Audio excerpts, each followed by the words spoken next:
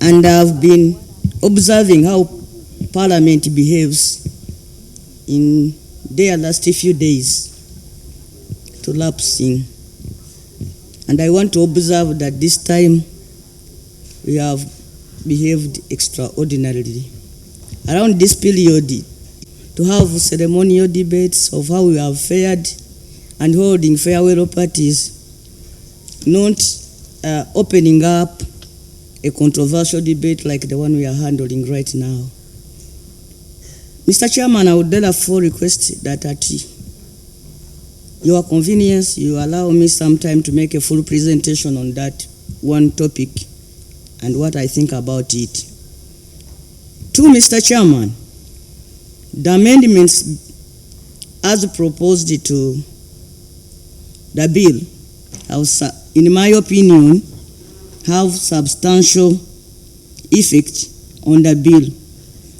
And I would like to know from the Attorney General and you, if it would not be proper thereafter to reopen public engagement, because now, like Honorable Anna has now pointed out, this ceases to be a law governing people outside Uganda, but people, even including those who are in Uganda, suspected that as soon as I'm suspected that I've done such and such an act, I become a foreign agent.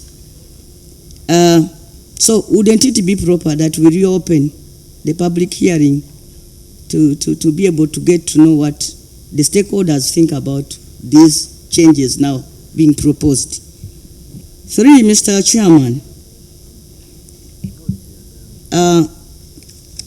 the other day the Attorney General brought this bill, and today after hearing from the public and other stakeholders, he's proposing a number of changes.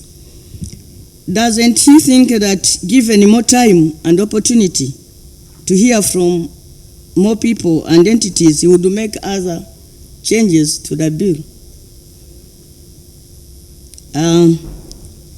And I want to know for sure what other changes might he be thinking about bringing as we progress into the processing of the bill. Lastly, Mr. Chairman, the prohibition of interfering with the electoral process, as spelled out here at page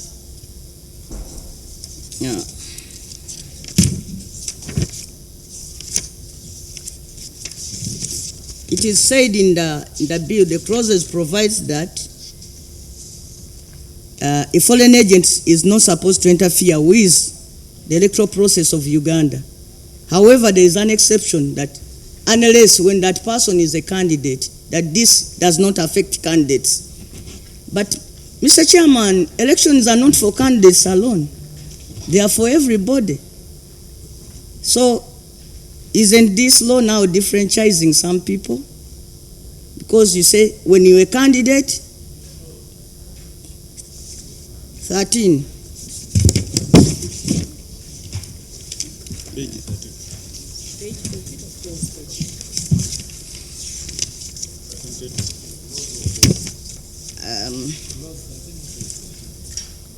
It is clause 11.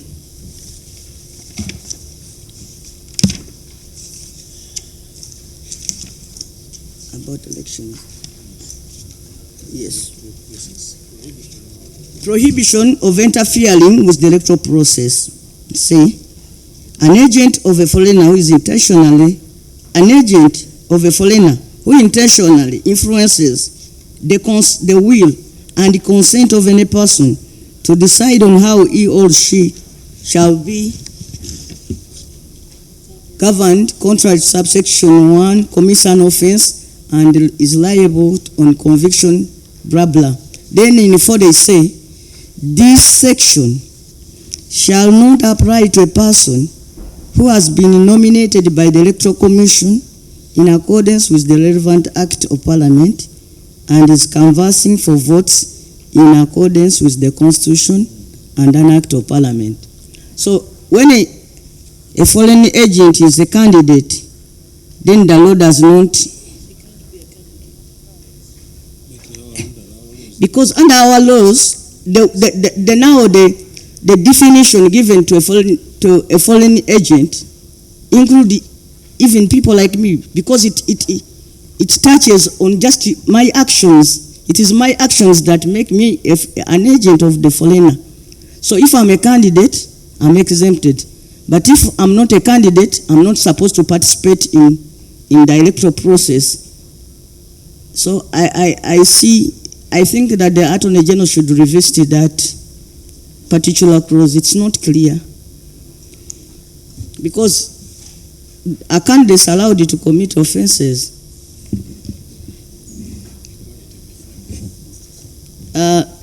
And it also touches the issue of equality before the law. Mr. Chairman, there are also these general observations. Mr. Chairman, they say that a person is considered a foreign agent if that person does some acts. But I want to ask, as established by who?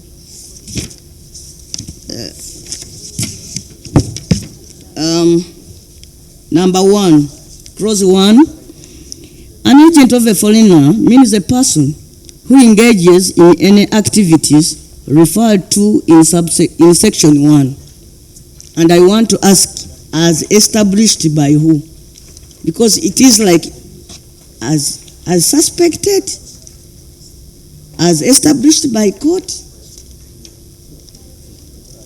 So I become a foreign agent because I've been suspected of doing some activities, or I've been established to have done, I've been convicted by court. So the definition has, we have moved from the frying pan to fire by these changes.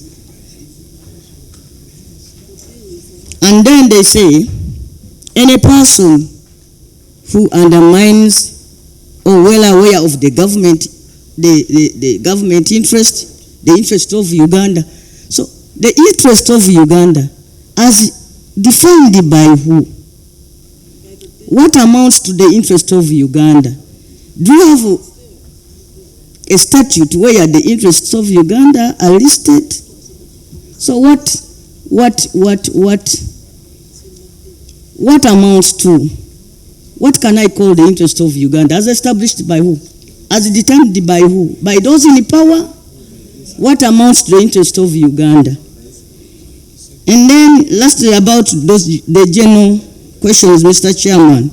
They say, you are not supposed to do this and this. And under the law, they are prohibited. Those particular activities are prohibited. But then they say, so once they are prohibited, Mr. Chairman, I establish that these are crimes. It's criminal to do such and such an act. But then again they say that you can be permitted. Do you have anybody under the sun who can permit me to commit a crime? Even if it is a minister. That a minister can permit somebody to commit a crime? If it is a crime, it's a crime. If it's not a crime, if it can be permitted, then it's not a crime. Mr. Chairman, finally, I'm a journalist, and after here I intend to go back to my job. In 2004, in 2032, in 2004, we had the case of Onyangobo, the Daily Monitor case, and Andrew Mwenda. And they had written a story about Kabila, that he had paid Uganda in gold for the support.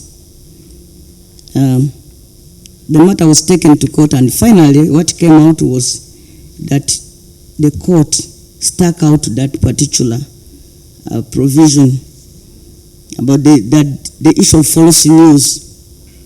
So under this act, is the Attorney General trying to smuggle back what was struck out by court, and by that offending Article 92 of the Constitution, the issue of false news, and what amounts to false news?